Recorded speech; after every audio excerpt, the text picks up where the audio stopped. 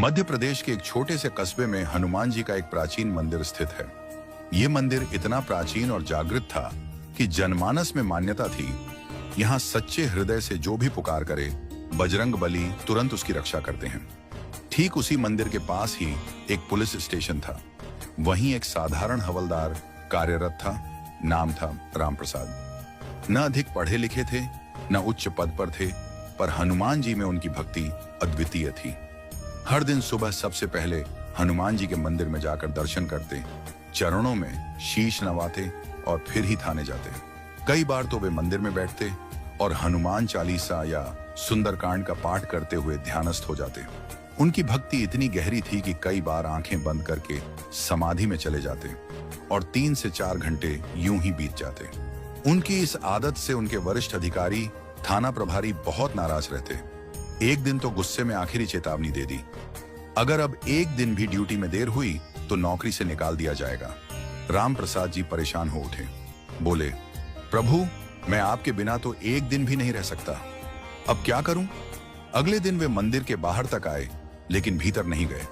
बाहर से ही प्रणाम किया और चलने लगे, पर मन बेचैन हो उठा।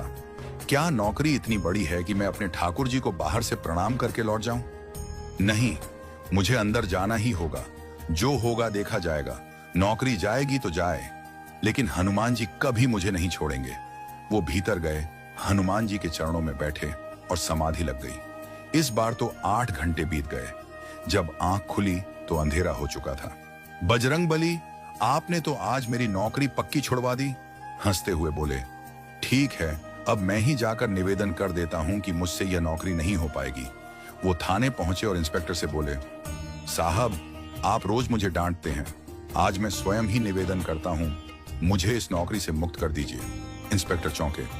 अरे क्या हुआ राम प्रसाद, तुम तो आज समय पर आए थे, बल्कि तुमने ही चोर को पकड़कर खूब पिटाई की थी।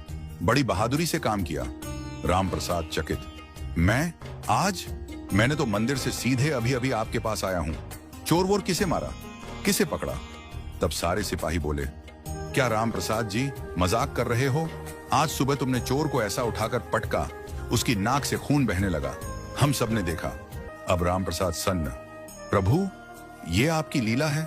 तुरंत मंदिर पहुंचे और आंखों में आंसू भरकर बोले, बजरंग बली, आप ही मेरी जगह ड्यूटी पर गए थे, आप मेरे रूप में स्वयं कार्य पर गए, ये आपकी कृपा है या लीला?